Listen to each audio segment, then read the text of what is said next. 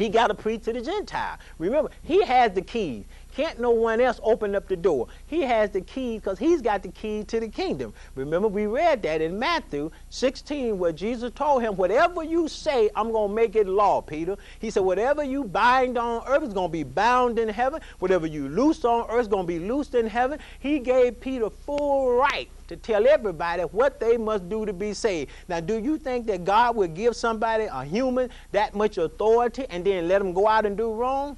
Come on, we're dealing with God. God got more sense than we got. We wouldn't give our keys to somebody, as I was telling you on the closing, to someone that we didn't trust and going to go out and mess up everything. Well, you think God going to do it? So God knew no matter what Peter thought he was going to do or thought he was going to say, God was going to make sure he said right the first time.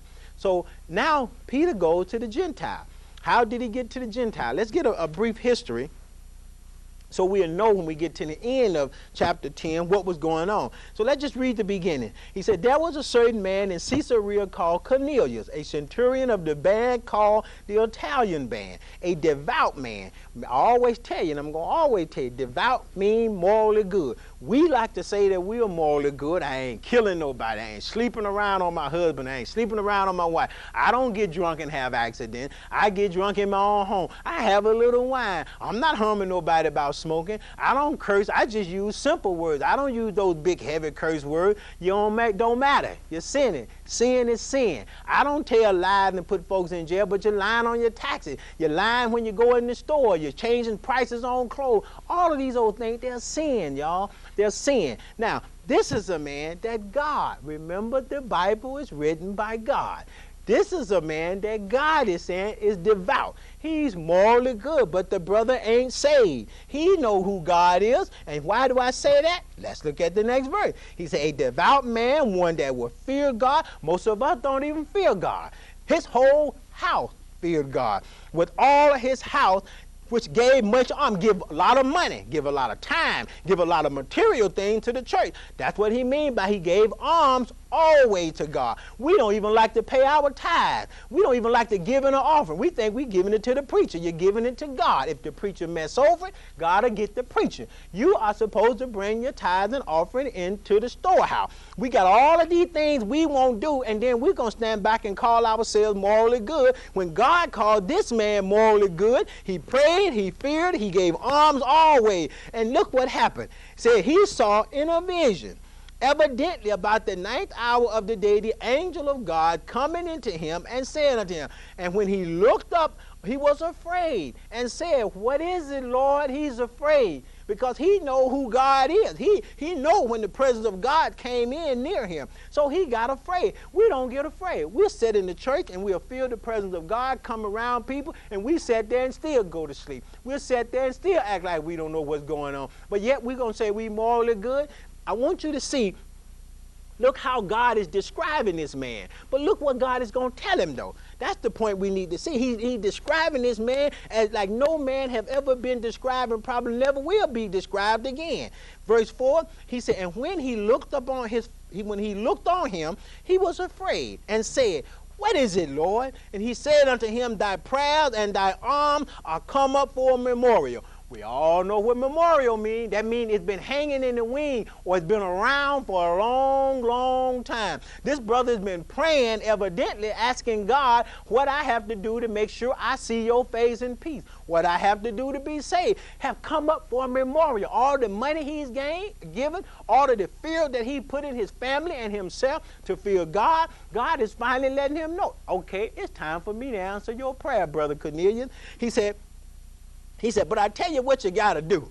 You got to send men to Joppa and call for somebody named Simon, whose surname is Peter. You send down there and you get Peter. And Peter's going to come back and tell you what you got to do. Now, the rest of it just explain how he told his servants to go down there, where they were going to find Peter. When they found Peter, God had already shown Peter that I'm sending somebody down here, and when they come and knock on the door, I want you to get down and go with them, and I don't want you asking no question, because when he was showing Peter this, he was bringing, let's read it. Let's read it. Chapter 10, let's start at verse